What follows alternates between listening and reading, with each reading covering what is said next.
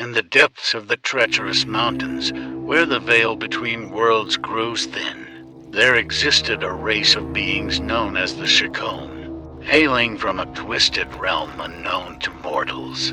They emerged sporadically to wreak havoc upon unsuspecting lands. These warlike creatures, resembling goblins in their grotesque appearance, were far more sinister and bloodthirsty than any tales spoke of. Standing slightly taller than the average person, the Shikome were brimming with sinewy muscles that rippled beneath their sickly green skin. Their long, gnarled arms displayed the remnants of countless battles, each scar telling a tale of pain and suffering. Rows of razor-sharp teeth jutted out from their gaping maws, and their eyes burned with a malevolent fire that sent shivers down the spine of any poor soul unfortunate enough to meet their gaze. While most beings engage in various pursuits of work and leisure, the Shikome were solely consumed by the rapturous thrill of warfare. Cunning strategists with a penchant for sadism, they reveled in the chaos and destruction they left in their wake. Ambushes were their specialty, meticulously planned and executed in the treacherous mountain passes they called home. These shadowy attackers would lay in wait, their burning eyes unseen by those passing by, until the perfect moment to strike emerged from the depths of the mist-shrouded peaks. Legends speak of lost caravans and brave warriors who ventured into the mountains, never to return. Whispers of their grisly fate circulated through the frightened mouths of survivors. Speaking of relentless assaults by the Shikome, the few who escaped their clutches described the horrors they witnessed. Tales of agonizing screams amidst the clash of blades, and the piercing stench of blood which lingered ominously in the air. The settlements surrounding the mountains lived in perpetual fear, with the ominous screeches of the Shikome echoing through their nightmares. The mere mention of their names sent shivers down the spines of children and hardened warriors alike, for the goblin-like creatures struck fear into the bravest of hearts. Alas, the ill-fated land surrounding the mountains was not blessed with a force capable of standing against the malevolent Shikome. As the days turned into weeks, and the weeks into months, their reign of terror persisted unhindered. The warlike creatures grew bolder, their ambushes more elaborate, and their sadistic tendencies flourished in the absence of resistance. With each passing day, the distant settlements suffered. The Shikome descended upon them like a plague, leaving no stone unturned in their quest for devastation. Homes were reduced to smoldering ruins, crops were trampled and set ablaze, and the once thriving villages were reduced to ghostly remnants of what they once were. The people, living in constant fear, began to question if there was any hope left. Whispers of desperation and resignation mingled amongst the survivors, for tales of tragedy and loss filled the air like a thick, suffocating fog. The Shikome, with their burning eyes and sharpened teeth, instilled a deep-seated sense of dread, sowing the seeds of hopelessness within the hearts of even the most resolute souls. As the grip of fear tightened, the once unified communities fractured. The weight of the Shikome's terror broke the spirits of weary warriors, leaving them weary and disillusioned. It seemed as though the land itself had surrendered, resigned to the inevitability of their wicked tormentors.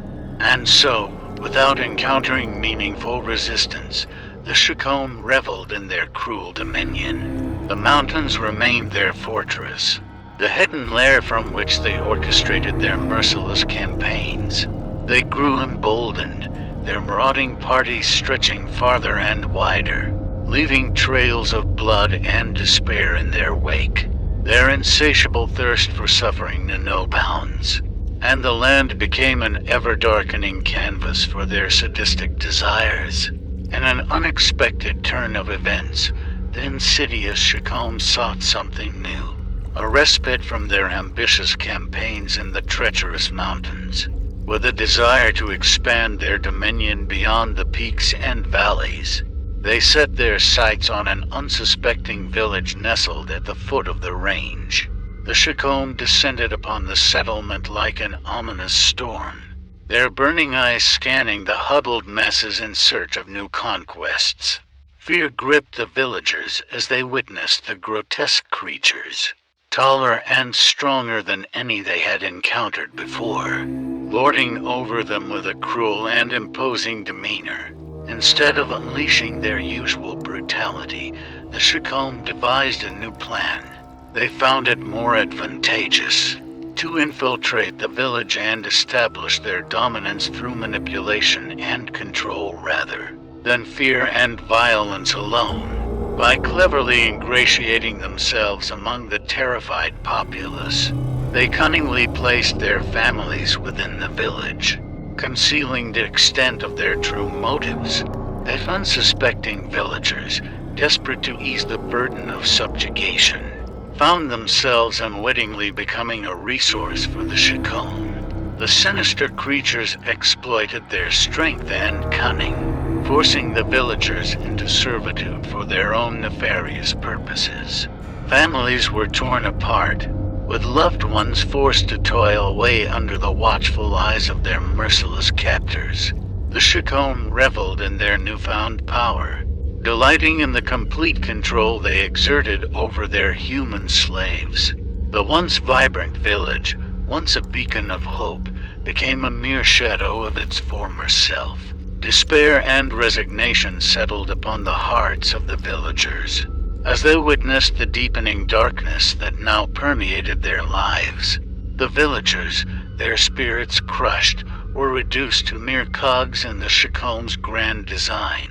They were forced to toil day and night, laboring under the cruel whip of their captors, constructing fortresses and weapons as the Chacon prepared for bloodshed on an even grander scale. Unbeknownst to the Chacon, however, a flicker of rebellion began to ignite among the shattered people. Whispers of defiance spread ever so quietly as small acts of resistance began to take shape.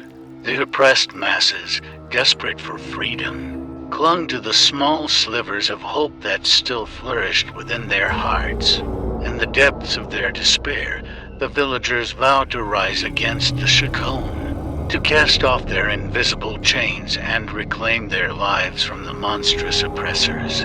But whether they would succeed in their audacious pursuit, or be crushed beneath the might and cruelty of the Chacon remained to be seen. As the flickers of rebellion danced within the hearts of a few courageous villagers, whispers of defiance lingered like an echo in the still air.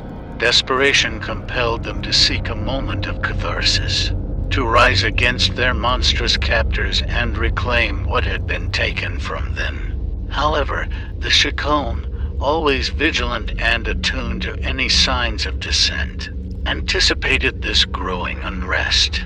They were not fools to underestimate the strength of the human spirit, and so they devised a cunning plan to quash the rebellion before it could flourish. Pretending to turn a blind eye to the whispers and clandestine meetings, the Chacon allowed a select few villagers to believe they had found a means of escape. These brave souls were intentionally led into believing that they would be entrusted with an important task feeding the cattle deep within the mountains, beyond the watchful eyes of their oppressors. Excitement blended with trepidation as the chosen villagers embarked on their perilous journey. Hope blossomed within their chests like fragile petals in the face of a relentless storm. Little did they know that their eagerness had unveiled the Chacon's trap, cunningly designed to bring their rebellion to a brutal halt. As the group of unwitting rebels ventured deeper into the mountains, pulled by the promise of freedom, they discovered that their cattle-feeding task was a mere ruse. Instead, they stumbled upon a nightmarish sight, a grim tableau under the somber moonlight. The Chacon, anticipating their arrival, awaited with sadistic grins and bared teeth. The villagers watched in silent horror as their companions met their cruel fate. Each act of rebellion was met with swift and savage punishment. The Shikome relished the display of power, delighting in the bloodlust that surged through their veins. As they tore through their helpless victims, the screams of defiance mingled with glimmers of hope, snuffed out mercilessly within the grasps of the vengeful Shikome. Frozen in fear and overcome by the crushing weight of their own powerlessness, the remaining villagers remained silent witnesses to this grotesque slaughter. Their spirits shattered, they were left with naught but hollowed shells of what they once were. The rebellion had been swiftly and brutally extinguished, cementing the dominance of their monstrous oppressors. Now, even the faintest whispers of defiance were answered with a cold and ruthless retribution. The Shikome flaunted their victory, displaying the broken bodies of the rebels as reminder of their ultimate power. The remaining villagers were left to endure their plight in sullen surrender, their hopes swallowed by the darkness that now consumed their village. As the oppressive reign of the Shikome tightened its grip, the villagers found themselves trapped in the suffocating embrace of their own silence. Yet, within the depths of despair, there still flickered a tiny glimmer of hope, a fragile ember that dared to defy odds and ignite the hearts of those weary souls who refused to relinquish their humanity completely. With each passing day, the flame of hope flickered weakly on the verge of extinguishment. Under the relentless oppression of the Shikome, the villagers, once filled with resilience and dreams of liberation, now found themselves reduced to mere shells of their former selves. The brutal display of power during the rebellion's massacre had shattered their spirits, leaving them broken and disheartened. Under the watchful eyes of their monstrous captors, the villagers lived in a state of perpetual fear and submission. The memory of the rebellion's failure haunted them, serving as reminder of the Shikome's merciless reign. The once vibrant village now harbored only resignation and despair, its streets filled with downtrodden souls too aware of the futility of resistance. Any semblance of rebellion or defiance was swiftly stamped out by the Shikome, who reveled in their dominance. The sadistic creatures relished in the torment and suffering inflicted upon the villagers, their bloodlust insatiable. The cries of anguish and pleas for mercy became a haunting soundtrack to the villagers' existence, forever etched into their souls. Subjugated and stripped of their dignity, the villagers became pawns in the twisted game being played by their monstrous overlords.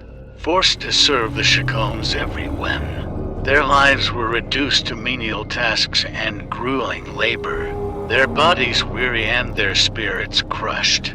The dreams of freedom and a life without the iron grip of the Shikome faded into distant memories, frayed strands of a past that seemed unreachable. The once bustling streets were now silent, devoid of life and laughter.